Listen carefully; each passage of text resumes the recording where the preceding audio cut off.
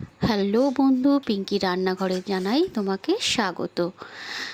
আজকে দেখে বুঝতেই পারছো কি রান্না করছি। হ্যাঁ, আজকে আমি তোমার দেখাচ্ছি শোল মাছের ঝোল।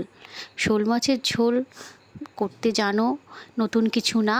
আমি কিভাবে ঝোল করি সেটাই আজকে তোমাকে শেয়ার করছি।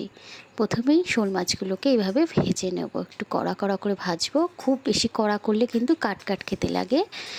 একদম লালচে লালচে মতন হবে, দু পিঠ ভাজা হবে, ভেতর থেকেও ভাজা হবে, সেইভাবে মাছটা ভেজে নিচ্ছি। মাছ ভাজা হয়ে যাওয়ার পর আমি মাছগুলোকে তুলে নিচ্ছি। মাছগুলোকে তুলে নিয়ে আর তেল আমি দেবো না, কেন ঝোল যেহেতু রান্না, এই তেলটাতেই রান্নাটা আমি কমপ্লিট করব। মাছ ভাজা হয়ে গেছে দেখছো, একটা মাছকে দু টুকরো করেছি। তারপর এর মধ্যে দিয়ে দিলাম বেগুন। বেগুন একটু ভেজে নিতে হবে, কেননা ঝোল, যে কোনো ঝোল রান্না করো যাই করো, বেগুন যদি কাঁচা অবস্থায় দিয়ে দাও তাহলে বেগুন ভেঙে যাওয়ার চান্সটা বেশি থাকে। তাই বেগুনটাকে ভেজে নিলাম। ফোড়নে দিলাম তেজপাতা আর গোটা জিরে।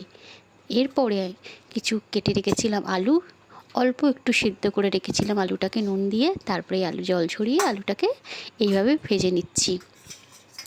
আলু একটু ভেজে নেওয়ার পর এর মধ্যে দিয়ে দিলাম টমেটো। হ্যাঁ, যতটা মাছ যেরকম আলু সেই বুঝে টমেটোটা দেওয়া উচিত।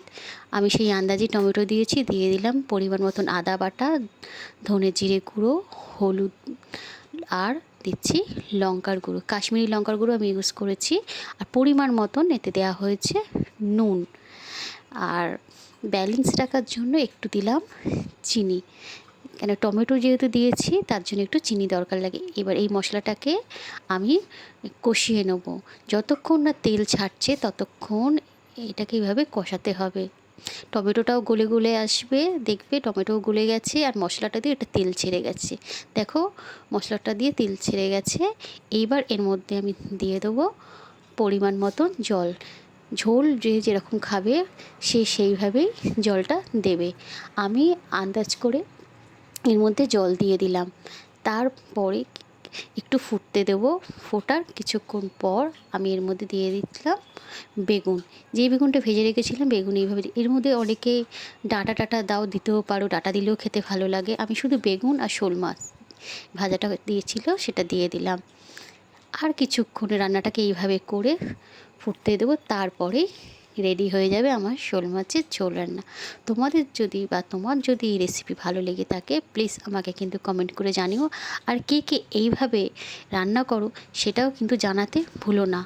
আরও অন্যরকমভাবে যদি রান্না করে থাকো প্লিজ আমাকে কিন্তু কমেন্ট করতে একদমই ভুলো না। নমস্কার।